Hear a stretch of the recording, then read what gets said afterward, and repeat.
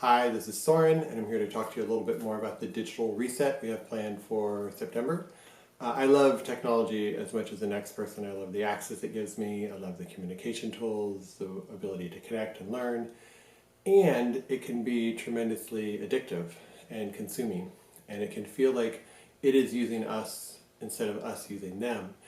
And it's important to know that whenever we sign on to these kind of social platforms, behind the scenes, there's often some of the world's greatest marketers and engineers and social psychologists and neuroscientists all trying to figure out how do we keep and sustain this person's attention on our platform for as long as possible.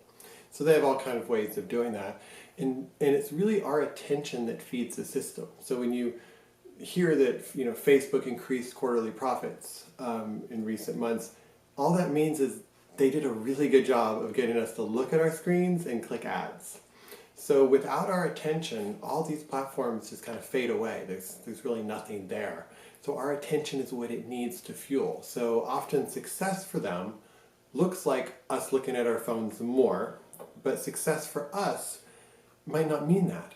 And so when you look at how our attention is used, YouTube, for example, automatically play one video after the next one is over.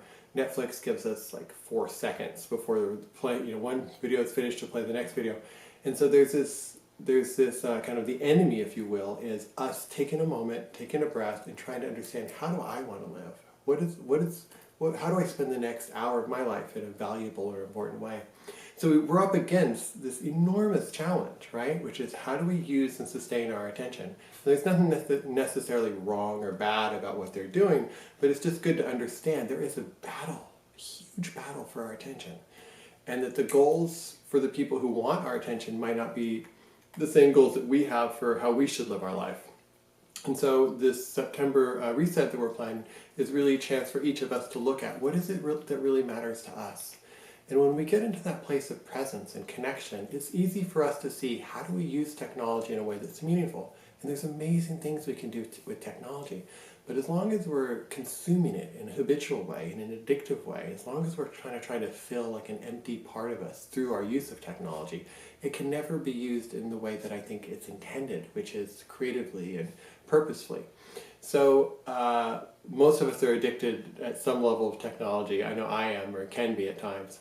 And so this is the time for us to look at, like, all right, what does it mean to have a healthy relationship to technology? How do we take care of ourselves? How do we have time in nature? How do we have time with loved ones? How do we kind of make a meaningful life? Because at the end of the day, when all is said and done, probably what's not going to matter so much is how many followers we had on this, or how many likes we gave, or how many videos we watch. It's going to matter, like, what was the quality of my life? And did I live my life intentionally and purposefully and meaningfully and consciously?